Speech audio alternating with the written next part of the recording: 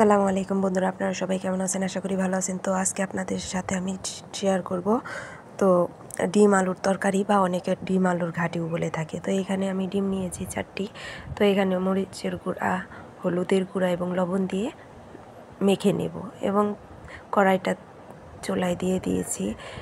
কড়াই গরম হয়ে গেছে এবং তেলও দিয়ে দিয়েছি। এখন ডিমগুলো আমি ভালোভাবে ভেজে নেব। তো এই যে দেখেন বন্ধুরা, আমি ডিমগুলো ভেজে নিতেছি উল্টে পাল্টে। তো বন্ধুরা, আমরা গ্রামে থাকি। তো গ্রামে থাকলে তো সবাই জানেন যে চুলার রান্না করতে হয়।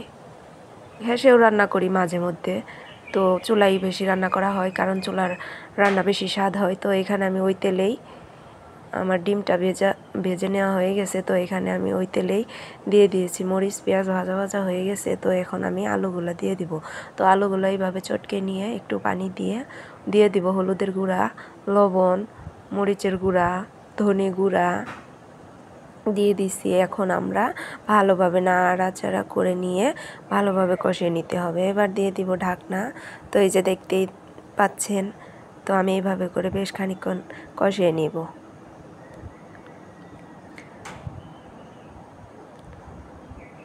তো এবার ঢাকনাটা খুলে এই যে দেখেন বন্ধুরা, আস্তে আস্তে কষিয়ে নিতেছি। তো তরকারি যত কষানি হবে তত তরকারির স্বাদটা বেড়ে যাবে। তো এইভাবে করে বেশ খানিকক্ষণ ধরে আমি তরকারিটা কষিয়ে নিব। তো এই যে দেখেন বন্ধুরা, আমার তরকারিটা কষানি হয়ে গেছে। তো এখন আমি ঝোল দিয়ে দিব পরিমাণ মতো। তো ডিমের তরকারিতে একটু বেশি ঝোল রাখা হয়, কারণ আবার ডিম দিয়ে দিব। তো এই যে দেখেন বন্ধুরা, আমি তরকারিটা নামিয়ে নিয়েছি।